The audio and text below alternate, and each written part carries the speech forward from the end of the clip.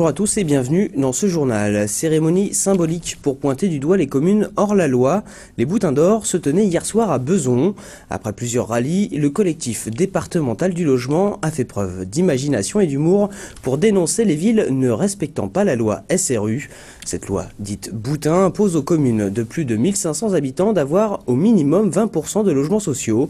Johan Bensoussan a assisté à la cérémonie.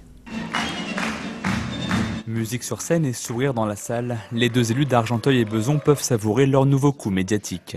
Ce soir-là, à la tribune, ils remettent les boudins d'or pour récompenser les villes et les acteurs qui ne respectent pas le quota des 20% de logements sociaux. Exemple, la Frette sur Seine et ses 1,41% d'HLM.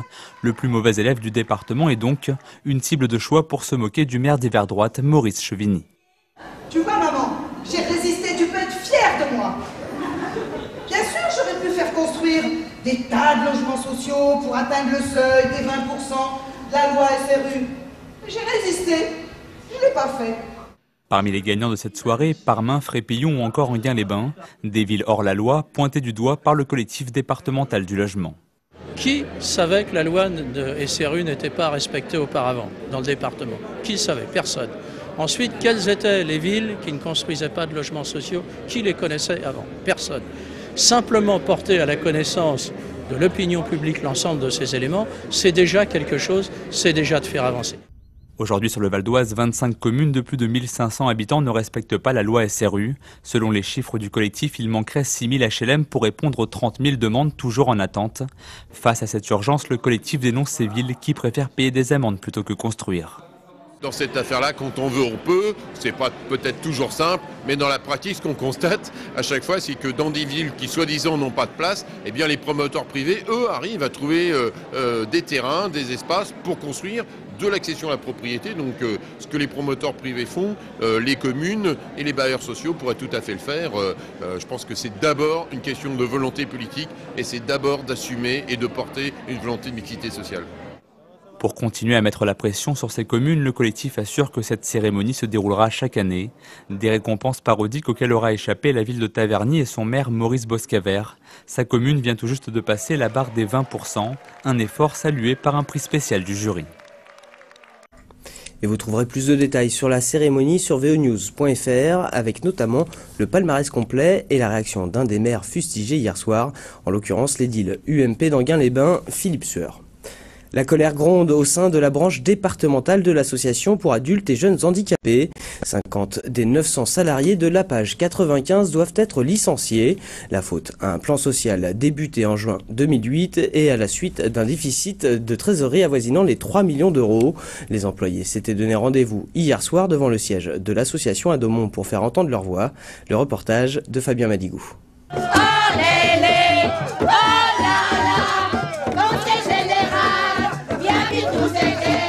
Ils sont travailleurs handicapés, personnel d'accompagnement ou éducateurs. Tous travaillent au sein de l'association pour adultes et jeunes handicapés du Val d'Oise et craignent aujourd'hui pour leur emploi. Un plan social prévoit en effet le licenciement de 50 salariés. On fait des économies sur le handicap. La prise en charge ne peut pas être la même pour une personne handicapée. Moi-même handicapée, je sais de quoi je parle, puisque je suis confrontée à des difficultés. Moi j'ai l'occasion, je suis autonome, mais il y en a d'autres qui ne peuvent pas l'être, ils ont besoin de cette aide. Donc si on nous réduit les postes, au jour d'aujourd'hui, ça ne va être que du gardiennage, c'est tout. Une situation dont les racines remontent à l'année 2008. La page 95 enregistre alors un déficit de trésorerie flirtant avec les 3 millions d'euros. 3 ans plus tard, l'administrateur chargé de rectifier cette situation dramatique dit ne plus avoir d'autre recours. C'est un des épisodes d'un redressement qui a été amorcé par l'association suite aux graves difficultés qu'elle a connues en 2008, avec obligation de supprimer un certain nombre d'emplois, pour des raisons différentes d'ailleurs sur 2 établissements. L'un parce que le Conseil général a revu en quelque sorte, réévalué ses besoins et considère que nous avons besoin d'un type de structure. Dans le Val d'Oise, 2 structures sont concernées par ces licenciements. L'entreprise adaptée de Beaumont-sur-Oise qui fournissait la restauration 23 établissements de la page 95 et le service d'aide à domicile de Taverny qui doit disparaître. Et aujourd'hui, on nous dit qu'il y a beaucoup d'associations sur le département et qui coûtent beaucoup moins cher que nous. On espère avoir des remplacements au sein de l'association, mais je ne pense pas qu'il va y avoir de la place pour tout le monde. On est près d'une trentaine et à mon avis, il n'y aura pas de la place pour tout le monde. Aujourd'hui, la page 95 emploie 900 salariés, dont 450 travailleurs handicapés. Les délégués syndicaux craignent l'effet dévastateur que pourrait avoir un licenciement sur des personnes déjà fragiles. C'est qu'on trouve une solution concrète au niveau des emplois par rapport aux travailleurs handicapés, parce que les solutions sont un peu très vagues par rapport à la direction. Et ce qu'on souhaite vraiment, c'est justement qu'on puisse entamer le dialogue au niveau du Conseil général par rapport au déficit qu'il y a eu. Une revendication qui a été entendue. Les représentants du collectif seront reçus vendredi par Thierry Sibieude, le vice-président du Conseil général en charge du handicap. Sport maintenant, le 7 mai dernier, Mohamed Diaby, 26 ans, a été sacré champion de France élite en boxe française en moins de 70 kilos. Licencié à Saint-Prix, l'ancien pensionnaire du pôle espoir d'Aubonne revient à son meilleur niveau après 3 ans d'absence. Il vise même un titre mondial d'ici la fin de l'année. Fabien Madigou dresse le portrait de cet athlète hors norme. Après 3 ans de galère, Mohamed Diaby a retrouvé la lumière. Oubliez cette blessure à la main gauche qu'il a eu le malheur de laisser traîner. Cette longue période éloignée des rings appartient désormais au passé pour l'ancien pensionnaire du pôle espoir d'Aubonne.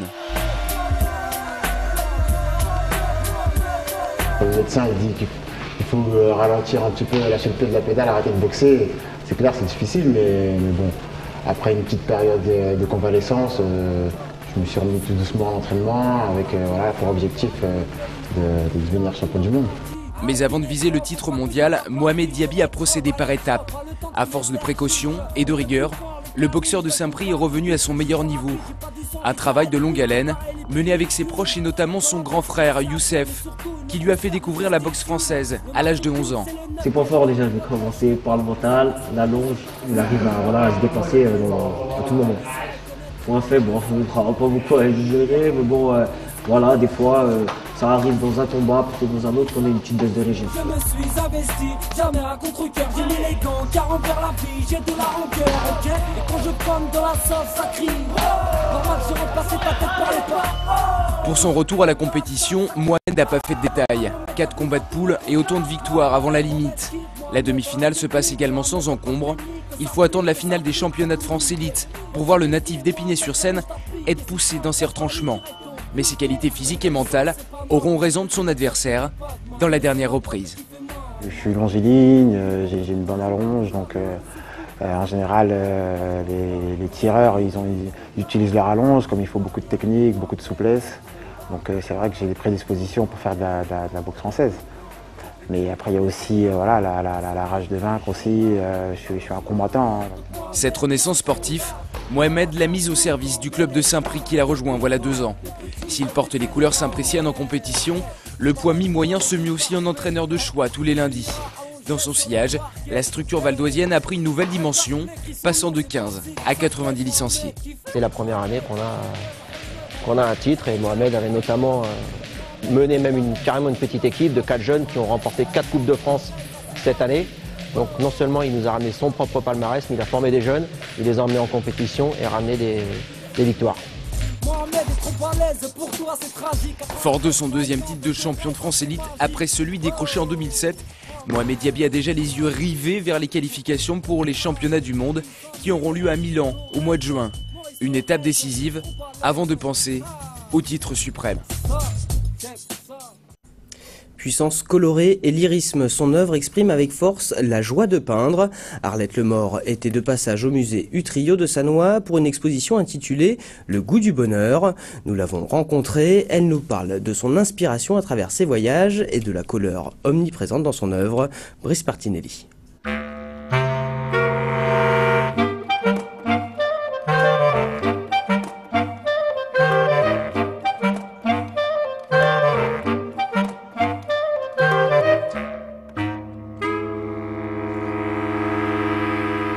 Le carnet tient dans le creux de la main, le pouce, il y a juste de quoi passer un anneau avec ma boîte de peinture, un petit gobelet d'eau, et c'est la main droite qui trace, en marchant n'importe quoi.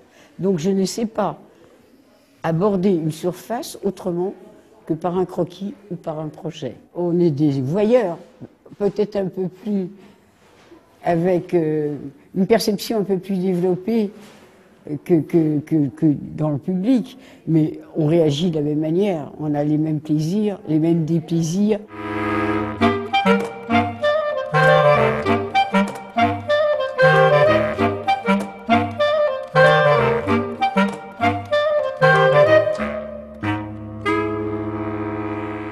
Les voyages font partie des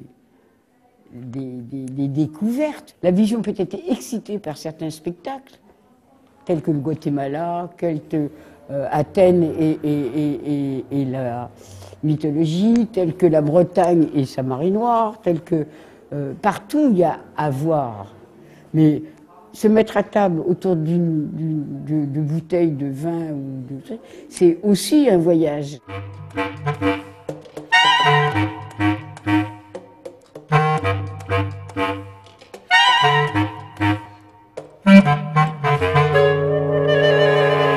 On est dans un monde de couleurs. Ce sont des mariages constants. Ce sont des harmonies. Pourquoi la couleur? Pourquoi les musiciens se servent de notes? Vous servez de la couleur, vous les accordez et vous faites chanter. Voilà, ce journal se termine. Merci de l'avoir suivi. L'information continue sur veonews.fr. À demain.